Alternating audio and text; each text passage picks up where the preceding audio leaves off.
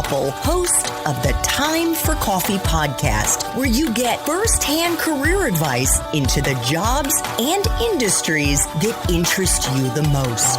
And before we start today's show, I have a quick favor to ask you. If you haven't already, I'd be incredibly grateful if you give us a rating and a review on iTunes. And if you're like me, you need to do it now because you'll forget later and because it's the best way to help others who may be in search of career advice to find this free resource. So press pause if you haven't done it and do it right now. I'll wait. Thanks so much and enjoy today's show. Hey there, Java junkies. Welcome back to another episode of T for C. If you're interested in breaking into the music and entertainment industry, then this is the episode for you because my next guest is an entertainment industry executive who heads up the Miami office for Creative Artists Agency, also known as CAA, one of the leading entertainment and sports agencies in the world. But before I introduce you to Bruno del Granado, I want to make sure you've signed up for the Java Junkies Journal. That's T4C's weekly newsletter that comes out on Mondays to give you a sneak peek into the episodes and the professions we're going to be featuring that week. And it is so easy to do. We'll take 30 seconds, probably 10 seconds. Just head over to the Time for Coffee website at time4coffee.org. And the sign-up box is right there. Now, my macchiato drinking music lovers, please grab your mug and take a chug of your favorite caffeinated beverage because it's time for another caffeinated career conversation. And my guest is Bruno del Granado, an entertainment industry executive with over 25 years of experience in music, broadcasting, and film production. He's currently the head of CAA's Miami office, and his clients include Gloria Estefan, Luis Fonsi, Ricky Martin, and Maluma. Bruno joined CAA in 2014 from RM Entertainment Group, which he formed 10 years earlier in 2004 in partnership with Latin superstar Ricky Martin. And as part of their arrangement, Bruno handled all of Martin's endeavors outside the U.S. Previously, Bruno founded Entertainment Media Factory in 1997. It's a music, television, and film production and programming company specializing in content for Latin America, Europe, and Asia. And prior to the Entertainment Media Factory, Bruno founded and managed the Latin music division of Madonna's Maverick Recording Company. That's a joint venture with Warner Music Group. Bruno started out his career working at CBS Records, and he worked his way into marketing and eventually talent development. And we're going to learn more about Bruno's journey. Just check out show notes to see if his main Time for Coffee interview, where we get into all of that, has dropped. Today, in addition to heading CAA's Miami office, Bruno is also an on-air pop culture contributor to ABC News and CNN, and he's a guest lecturer on the music business and the TV industry at the University of Miami. Bruno, welcome to Time for Coffee. Are you caffeinated and ready to go? Andrea, I am beyond caffeinated. I just had my double espresso. Oh my gosh. And I'm ready to go. I'm an espresso junkie. I love espresso. More than ready.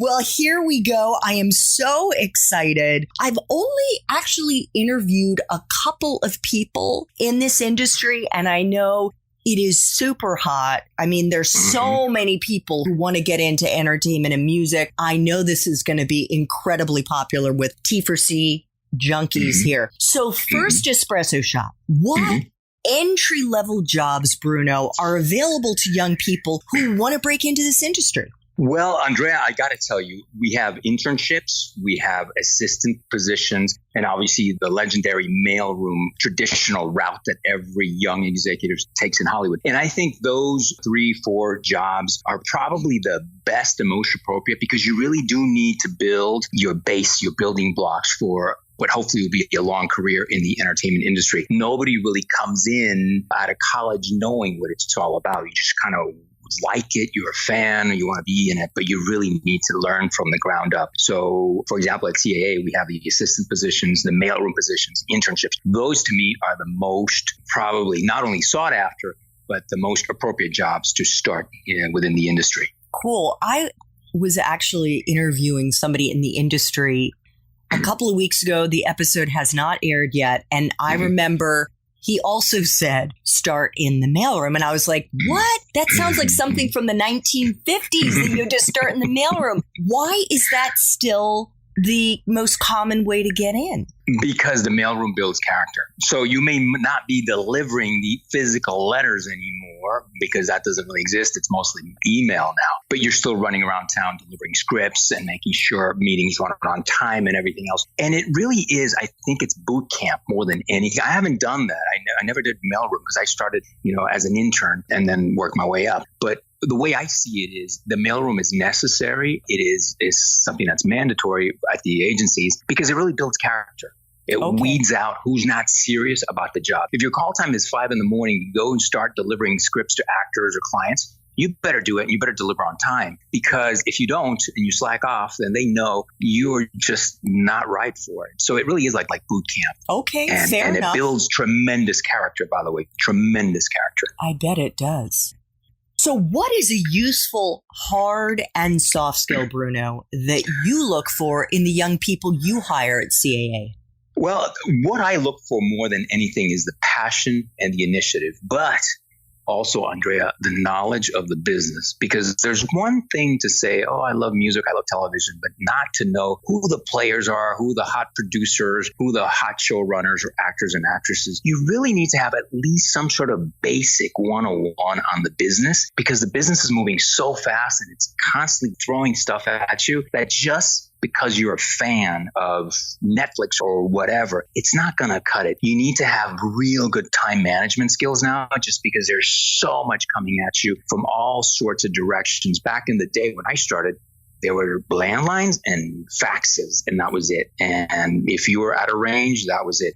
Now it's DMs by Instagram and tweets and WhatsApp and text and emails, and your smartphone is with you everywhere, and people are just completely connected. So you need to have time management. You also have to be consistent with your word, and you got to network, because our business, whether you're in music, television, film, it's all about who you know. It really is that. And you really have to also have humility, because nothing is beneath you.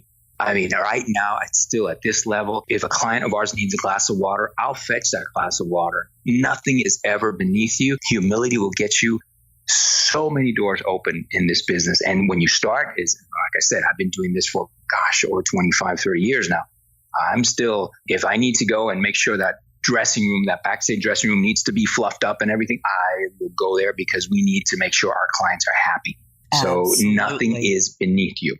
I think humility is a underrepresented quality. Mm-hmm. It is something that is super important, and it doesn't matter how far up the food chain you are. It's a good thing, because you can come crashing down, and plenty of people do. Absolutely. I mean, Andrea, we always use this term, be careful how you treat the people on your way up, because you're going to meet them on the way down.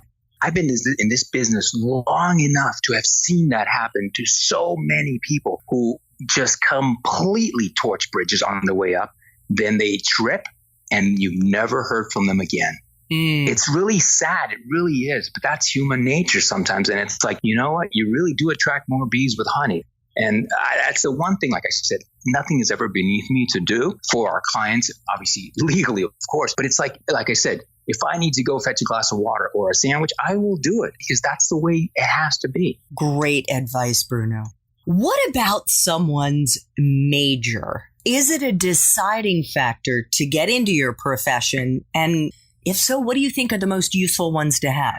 I don't really think. My major was a Bachelor of Business Administration. My focus was political science. I just happened to say political science and School of Business. So I have nothing to do with the entertainment industry. I've lectured at the University of Miami in the School of Business, and they do have majors and degrees now.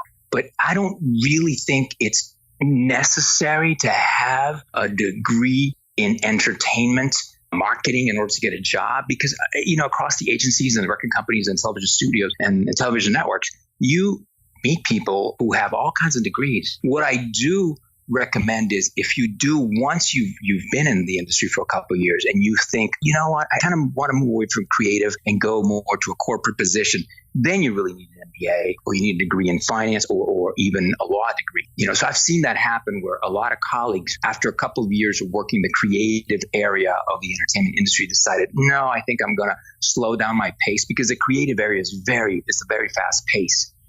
And they've gone to get an MBA or to get a law degree as well. But when you start off, any degree is really, I recommend a degree. You definitely need a degree. And most of the companies now and agencies do look for degrees. And I think it's imperative.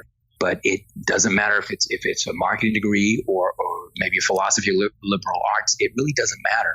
It's the passion you have for the business, for the music, for the television, for film, for whatever it is. Yeah. And that's stuff that you can educate yourself on in your free time. Yeah. You don't need to go to school to know who the hot artists are, and you can research who are the best producers, who are the best agents, other than Bruno. Yeah. And let's be real here, okay? Yeah. You don't last this long in this industry without being one of the best, Bruno. So what about life experiences, those experiences outside the classroom that you think are most useful for someone starting out in music and entertainment? My best life experiences were traveling. I was very fortunate because my parents, from an early age, my brothers and I, they took us everywhere around the world. So we traveled. It was always something my parents always, would say to us, the world is your classroom. The world is your classroom. And I think I got this sense of big picture and think big, look small, or think global and act local from the traveling. Now, obviously, we're living in very weird times now where nobody's really leaving their homes. But once, of course, this too shall pass. Once this passes, I always say to everybody, especially the young kids who intern with us, travel if you can. Take a leap, a gap year, or do whatever you do. Just travel, meet people from other cultures, go to other countries. It's when we learn most about ourselves, Andreas, when we're out of our comfort zone. And if it means you're an American student who's suddenly going to Patagonia and has never been outside of Missouri or Arkansas, oh my God, is that going to build character? It's going to be huge for you. So that is something that I personally can vouch for, because that's what happened to me. Yes. And we should also let our listeners know, your English is native, but you didn't grow up in the U.S. No. I come from a little slice of heaven called Mallorca, Spain. It's an island in the Mediterranean, part of the Balearic archipelago. So there's 5 islands: Mallorca, Menorca, Ibiza, which everybody knows because it's a club capital of the world, and we have 2 smaller ones, Formentera and Conejera. But I got here in the early 80s to go to school. What can I say? I am living that American dream ethos, that things only happen in America if you really set your sights to it. And we grew up with that American dream where, God, only in the United States things happen. So, it's the so least beautiful. We can do. That's so it's beautiful. That immigrant thing. It's that immigrant thing that immigrants arrive here, whether you're a student or, a family or whatever you are. And you really think, oh my God, now it's up to me to make something out of myself. And I was very lucky because I went to good schools, and, I all my friends, and I've had friends from all over the world. And that's helped me tremendously to realize and to be so grateful for what this country has. I go to Mallorca twice a year. I was there a couple of months ago, and I was having lunch with my friends who I went to school with. And they all said to me, oh, you're the lucky one who got to go to America. And I thought, yeah, I am, but nothing's given to you for free here. You have to work your tail off here in the U.S. The opportunities are there, but nobody give you anything for free. So, but you do feel blessed to be able to come here.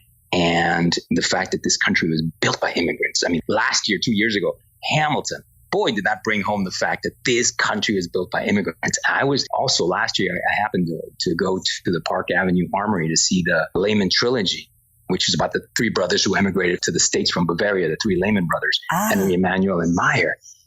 Fascinating play directed by Sam Mendes, and it's all about immigration and immigrants and the tolerance that the United States has. That only the United States would be a place where, for example, the Lehman brothers could come here and make what they made. When you think about recent immigrants, The guy who co-founded Google, Sergey Brin, is Russian, born in Russia, and he co-founded Google. Steve Jobs, his father, he immigrated from Syria, and Jeff Bezos, the man who raised him and whose last name he took, Bezos, was Cuban, fled Cuba during the Cuban Revolution. So this is a nation of immigrants. So I'm so proud of that. And I feel like, oh my God, immigrants have contributed so much to this country because this country was made up of immigrants. I remember Reagan's last speech as a president was that love letter to immigrants and how America will always continue to reinvent itself and continue to be young because of immigrants. And all you got to do is go to the Statue of Liberty and read the quote there. Give me your tired, your poor, your huddled masses. And it's like, okay, it's as simple and as basic as that. I think that is so needed. That message is so needed right now because in addition to being in the middle of the coronavirus mess, we're also in the middle of that whole series of African Americans, including George Floyd, Ahmaud Arbery, Breonna Taylor, who were killed by police officers in this country. And of course, the Black Lives Matter demonstrations and the contribution that those who came to this country willingly and those who came against their will and their descendants have made to making the United States the incredible country that it is today. Thank you so much for that, Bruno. That was a really important reminder. I just want to add one final point because we didn't explicitly pull this out, but languages. The fact that Bruno is bilingual, actually trilingual, because you also speak fluent Italian, I have no doubt has helped you in unbelievable ways over the course of your career, which we can get into in our main interview. Tremendously, Andrea, tremendously. The fact that I speak Spanish means that I can get a job anywhere in Latin America or Spain. That's a market of 440 million people that suddenly opened to me because I speak Spanish. Or Italy, a market of 60 million people. So I always tell all my students, Mark, our interns, anybody that will listen to me, try to learn the language. If you speak a second one, try to learn a third, because that just means more of the world is open to you. Yes. I'll give you a quick example. One of my brothers went to Germany following his girlfriend, decided to stay, went to school, and basically he's been in Germany for 30 years, speaks perfect German, the way I would English, I guess. And he's been able to work in Germany, in Switzerland, in Liechtenstein, in Holland. So it's suddenly now he's got that huge area of Northern Europe covered just because he speaks perfect German, fluent German. It just helps so much. Right now, when you look at the jobs that are happening, especially in Miami, Amazon, Spotify, Apple, they're all hiring people for Latin America. And one of the prerequisites is you need to speak Spanish and English. Well, same here at our office at CAA. It's like prerequisite number one or number two is you need to speak and write Spanish. Because we have 440 million people south of the border. That's a huge market for us. No doubt about it. Well, unfortunately, I took French in high school. But when I lived in Miami, I studied a little bit. But it was that and then Chinese. So unfortunately. But you speak Mandarin, right? You speak Mandarin? I speak Mandarin. Oh, yes. My God. Yes. But I would just say yes, 100% to what Bruno mentioned there. It is a golden key, speaking languages, a golden key that opens doors to places you can't even imagine right now. And jobs, careers, societies, friendships, everything. Okay, Bruno, what is the best part for you of being in the music and entertainment industry? The best part and the most rewarding one, and the one that still jolts me every day, is being around creative people. Whether it's a musician who's creating a song in the studio or a video director creating a video concept and then making it real. To go and you kind of sit there and you just watch these people pull something out of their brain, write it and develop, and then suddenly you see it up on screen or on stage and you think, oh my God, this is genius. This is probably how without exaggerating, Michelangelo's assistants must have felt when they saw him paint what he did and all these inventions. I love that. When you sit next to an artist, and I'll give you a perfect example. When I happened to be very lucky to be invited by Madonna to the recording studio when I worked for her, because she was recording a song in Spanish and she just wanted to make sure the pronunciation was right, which is, I go back to that. That's why you should speak other languages or learn other languages. Oh, yeah. To see her record those vocals in the studio in Los Angeles, and then like a week later, it was on the radio all over Latin America and Spain. I was like, oh my God, I was part of that. To see this come from this person's body, spirit, and now it's everywhere. And same with the director who directed Despacito, Luis Fonsi's video, which to this day is the most viewed video of all time with 6.5 billion views. I remember when he called and told me, this is the concept for the video. And I thought, wow, this is really cool. And he just ran down the script and the storyboard. And I thought, wow, this is really cool.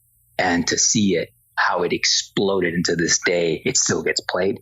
I love being around creative people, Andrea. I love it. So rewarding. That's definitely the most rewarding and most fun part of my job, being around creatives. Oh my God. The energy that comes off you, you can just feel the passion, Bruno. Unbelievable. So look, we all have parts of our jobs, hopefully, many parts that we just love. But even for me, and I'm my own boss, and I know you've been your own boss many times, there are parts that suck. So what is the part of your current job as the head of CAA's Miami office during the coronavirus, let's say, that sucks the most? The one that literally sucks the most air out of the room is the fact that the job is 24/7 nowadays, Andrea. It really is. I mean, even during holidays, Memorial Day weekend here, which is a Monday for us, it's a holiday. It isn't in Latin America or in Europe. It is in the UK, but not in the rest of Europe. So you end up working because of technology now, because of cell phones, because of email, because of texts and WhatsApps and everything else. You end up working 24/7, 365 now. Fortunately, I love what I do, because if I hated it, there's no way I could put up with it. But I am used to waking up on a Saturday morning at 8 a.m. and I want to go kayaking here in Miami. It's such a beautiful, the bay is beautiful. And suddenly I have 3 emergencies from work that need to be addressed right away. And suddenly you have to put your plans on hold just because you need to address that. Back in the old days, you had your landline at the office. When you left the office, you were done. You were done, and nobody could reach you unless they called your home and tried to reach you at home. And if you didn't have a voice recording system, it was like till Monday or whatever.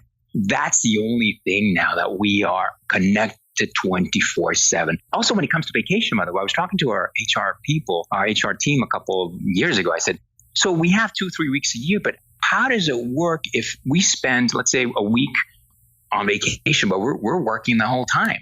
Yeah. What's the, how do you don't really disconnect, especially when you become an executive and you certainly rise up the ranks, you can't really disconnect because the clients need you and you need to attend to the clients. So that's probably the only part of the job that it doesn't really suck, like I said, because I love what I do, but you're always on call now. Oof. You really are always on call. How has the coronavirus affected the industry and affected the way, other than being hunkered down at home, the way that you're working?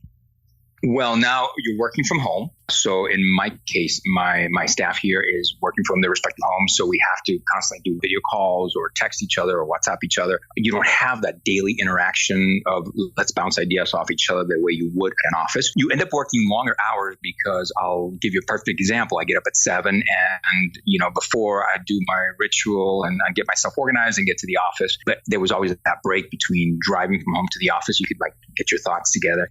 Now, first reaction is to, let me go check out open emails and see what I've received, through the night. So you end up working longer hours. The breaks are less because sometimes you're just so busy responding to phone calls or emails that before you realize it's 3 o'clock and you haven't had lunch. Whereas before at the office, you have that set structure and you end up working longer hours later in the evening as well. Now, the advantage we have is, and I feel blessed, we are busier than ever, which is good because we're moving things around to next year and just reprogramming. So that's a good thing to be busy. So I'll take it. If it means working 18-hour days, I'll take it as long as we're busy and we're not just, waiting for the phone to ring. We don't want to have that. Okay. Gosh, I'm surprised to hear that, but we'll get more into that in the meantime for coffee interview.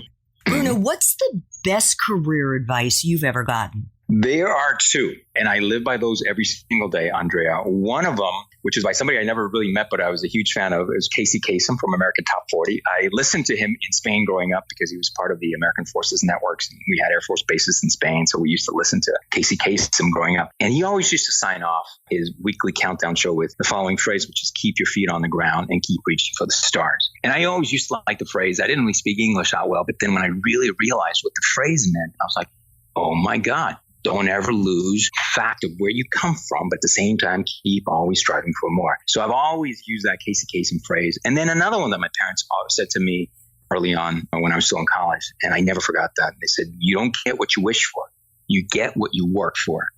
And that has certainly helped me because, I learned my work ethic certainly comes from my father. And I learned that. And I every day I completely remember that it's not what you wish for, because we all wish everything and we all have 1,000 ideas. It's what you work for, what you put your nose to the grind. That's what it's all about.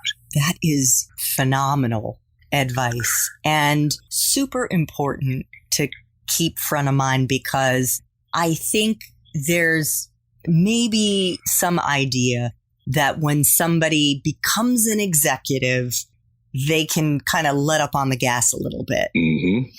But I think especially in your industry, because this day and age, there's social media. It's a 24/7 cycle. And the hunger for content is so great that the artists that you're representing, they've got to be going all the time too.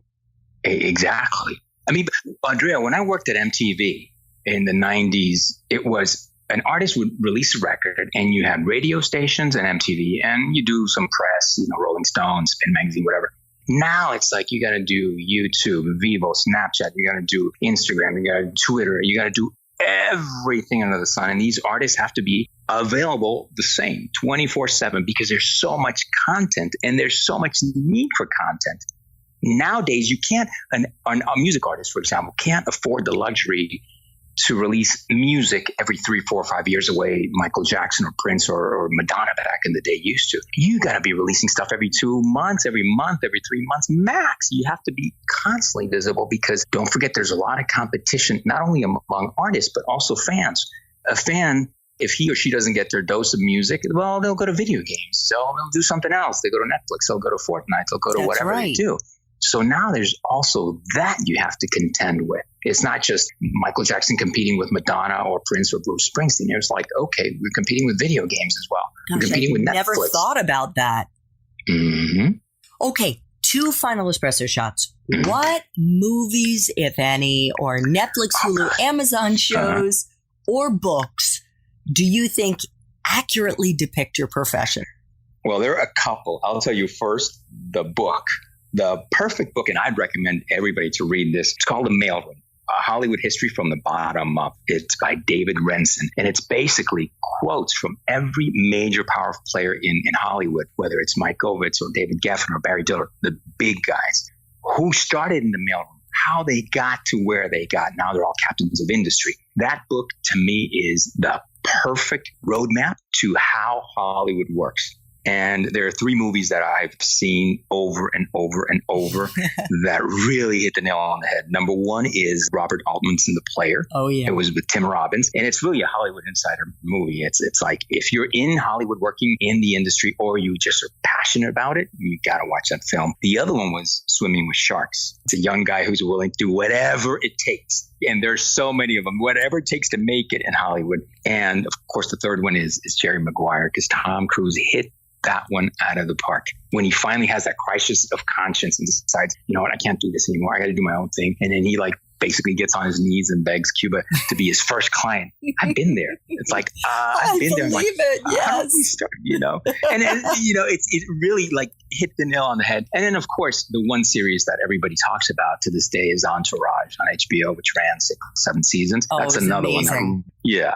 So those are the ones I would recommend on book, TV, and film side. Oh, fantastic. Well, we'll include links to all of them in show notes. I also wanted to let you know, not that this is about being a TV agent, and Luis Fonsi was on it, which is an amazing program called Songland. Yes. Which is all about how you can get your song, how to write really popular, wonderful songs for different artists.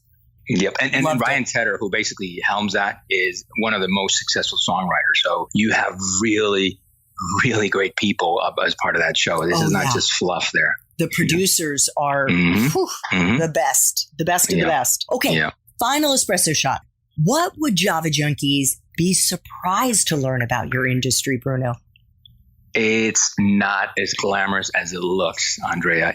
I've said it's 24/7. Not only that, but even when you go to these glamorous events, and I've been to them, I've been to the Grammys, I've been to red carpets, not myself to do, but with clients. I've been to the Grammys more times than I can count.